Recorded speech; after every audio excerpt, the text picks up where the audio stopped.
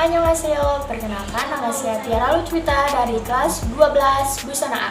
Terkhusus untuk mata pelajaran Bahasa Indonesia yang diampu oleh Ibu Swatun Hasanah. Di sini saya akan mereview sebuah novel yang berjudul Ranah Tiga Warna. Novel Ranah Tiga Warna merupakan novel kedua dari trilogi Negeri Lima Menara.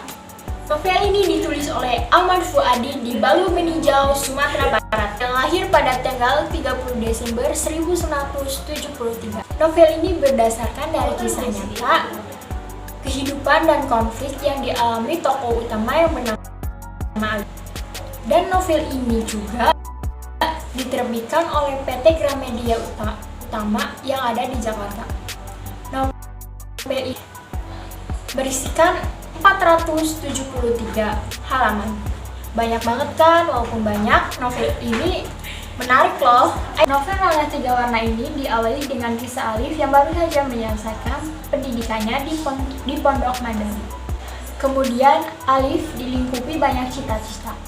Salah satunya adalah melanjutkan pendidikannya di ITB, seperti Habibie, lalu hijrah ke Amerika. Namun Randi, sahabat karibnya, meragukan kemampuan Alif untuk melanjutkan ke ITB. Apalagi Alif tidak mempunyai ijazah SMA. Keinginan Alif begitu kuat untuk kuliah di perguruan tinggi negeri. Dengan semangat majada wajada, dia bertekad mengikuti ujian bersamaan sekolah menengah atas SMA supaya bisa mendaftar ujian masuk perguruan tinggi negeri UMPTN. Untuk itu, dia harus belajar lebih keras selama 2 bulan supaya bisa lulus ujian persamaan. Dan akhirnya Alif lulus ujian persamaan meskipun dengan nilai pas-pasan. Melihat nilai yang pas-pasan dan lemahnya dalam hitungan, akhirnya Alif memilih jurusan Hubungan Internasional atau HI. Sebelum ujian persamaan, dia berkeinginan untuk kuliah jurusan Teknik Penerbangan di ITB. Demi lulus seleksi UMPTN, dia belajar lebih keras lagi dari ujian persamaan SMA lalu. Dan akhirnya usaha Alif membuahkan hasil, yaitu diterima di jurusan Hubungan Internasional Universitas Padjadjaran UNPAD di Bandung, Jawa Barat. Meskipun bukan ITB, tetapi Alif bersyukur akhirnya ia dapat kuliah di perguruan tinggi negeri. Tiba saatnya Alif mulai kuliah di Bandung, Alif tinggal bersama Randai dalam satu kamar kos-kosan. Karena belum mendapatkan kamar kos, Alif memasuki dunia baru menjadi mahasiswa. Alif harus melewati serangkaian ospek untuk bisa mengenal kampus dan mengenal teman-temannya. Ada Wira, Agam, dan Mehmet. Saat pertama kali memasuki kampus, Alif dirundung permasalahan uang bulanan. Ia mencari penghasilan tambahan untuk biaya hidup. Sedangkan uang dari orang tuanya hanya pas-pasan sehingga tak cukup jika digunakan. Alif juga belajar menulis kepada Bang Togar. Bang Togar bukan hanya mengajari menulis saja, namun Bang Togar juga mengajari Alif tentang makna kehidupan. Tak terasa Alif sudah melewati semester 1. Dia senang karena mendapatkan nilai baik. Suatu hari, ibu mengirimkan telegram kepada Alif. Ibu berencana ke Bandung untuk mengujinya dan Alif sangat senang akan hal itu. Dia meminta Randai untuk meminjamkan kamarnya, namun setelah beberapa hari, ibunya mengirimkan telegram, Alif disuruh pulang karena ayahnya sakit. Dengan bekal uang pinjaman dari Randai, Alif pun pergi ke Meninjau. Setelah sampai di sana, Alif langsung pergi ke rumah sakit tempat ayahnya dirawat. Di rumah sakit, ia melihat ayahnya terbaring lemah. Ia pun menghampiri ayahnya dengan wajah sangat sedih. Alif menceritakan pengalamannya yang telah ia dapatkan selama kuliah di Bandung. Setelah beberapa hari, ayahnya sudah boleh pulang ke rumah.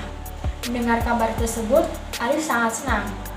Keesokan harinya, Alif berencana untuk balik ke Bandung. Tapi ketika ibunya membangunkan Alif saat subuh, kondisi ayah semakin memburuk dan pada akhirnya ayahnya menghembuskan nafas terakhirnya. Banyak sekali kenangan yang Alif lalui bersama ayahnya. Ayahnya berwasiat kepada Alif untuk menjaga ibunya dan adik-adiknya. Setelah beberapa hari, Alif kembali lagi ke Bandung. Ia mulai memikirkan nasibnya. Dia harus mandiri tanpa memikirkan pesangon dari ibunya. Untuk itu, Alif mulai aktif berjualan songket, mukena, kain tenun, menjadi guru private, hingga menulis artikel. Seiring berjalannya waktu, keberuntungan mulai berpihak kepadanya.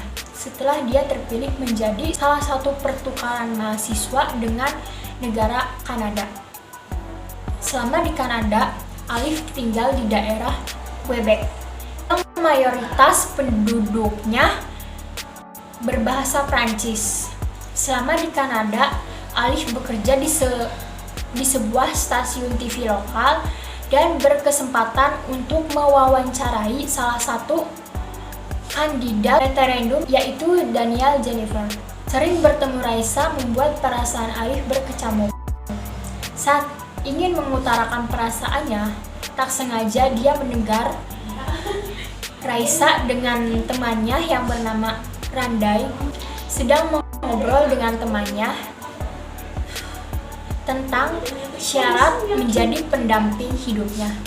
Akhirnya Alif mengurungkan niatnya dan memilih menunggu hingga lulus kuliah.